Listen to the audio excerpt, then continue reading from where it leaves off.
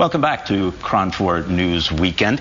So our guest, Daphne Rose Kingma, is a relationship expert. She's a teacher, a therapist, and she's written a book that is very timely. It's called The 10 Things to Do When Your Life Falls Apart, an emotional and spiritual handbook.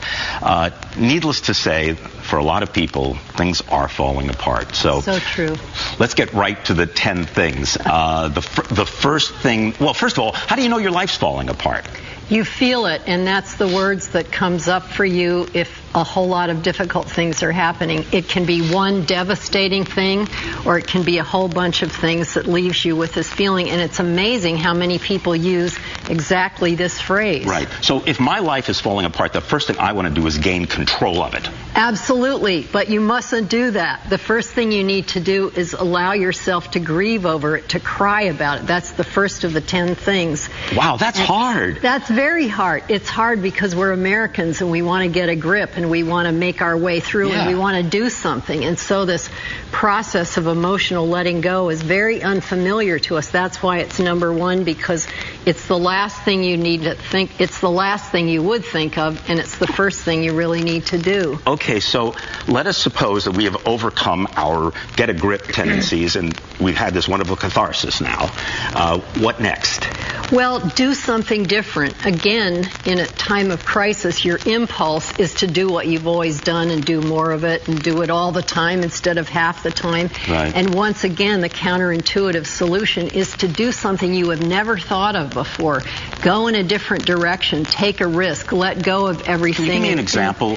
Well, for example, a person who's been a corporate executive who decides to go bumming up and down the coast of California and ends up becoming a yoga teacher and finds his true vocation through that process. So, you know, it's not just staying in our groove. The whole point of a crisis is that it bumps us into a different experience of ourselves and of life. Right. It is kind of, it's that kind of scary suggestion of, well, this isn't actually a bad thing. It's an opportunity to find new things. But in fact, that's really what falling apart is about, is when you fall apart, you get to rebuild. Yes, exactly. And of course, you don't feel that when you feel like everything's coming apart. You're not looking at the perfect destination that's lying in wait for you.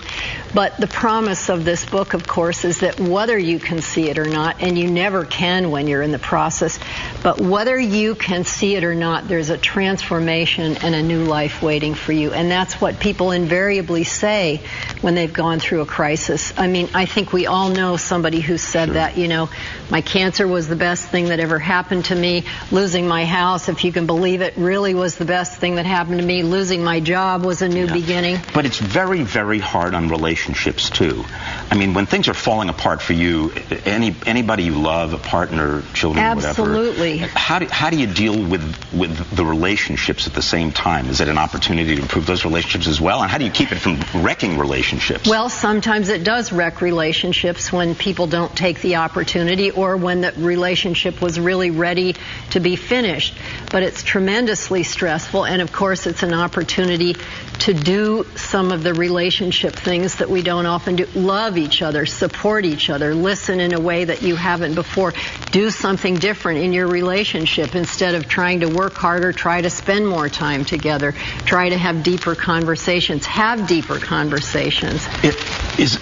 What's the thing you really shouldn't do? Well, I mean, when things fall apart, I think people tend to panic. They tend to grasp at things. Yes, and that's exactly the thing you shouldn't do. Resist the temptation to imagine that you are in control. Because if you imagine you're in control, it's like everything you hold on to will break as you grasp it, and everything you let go of will open the way to new possibilities. So it's really counterintuitive. It's very counterintuitive. It's very scary because we're not used to it. It goes against our nature. It goes against our American way. But it's very powerful to allow yourself to go on the journey. What's the hardest thing of the 10? I think the hardest thing is the last of the 10, which I call living in the light of the Spirit, to recognize that all this stuff that's happening in your life is really part of a much bigger picture, and you are part of a much bigger picture. And when you connect with that depth in yourself, it's amazing the peace that appears and holds you. Wow, that's a tough thing to do when things are falling apart, but as you told me, if you do the other 9, then you can do the 10th. Yes, absolutely. Okay. So let me tell folks that you can get more information by going to Daphne's website, which coincidentally is daphnekingma.com. And also the book is called The Top 10 Things to Do When Your Life Falls Apart, an Emotional and Spiritual Handbook. Thank you so much for joining us. Thank you, Nice Henry. to meet you. It's been my joy.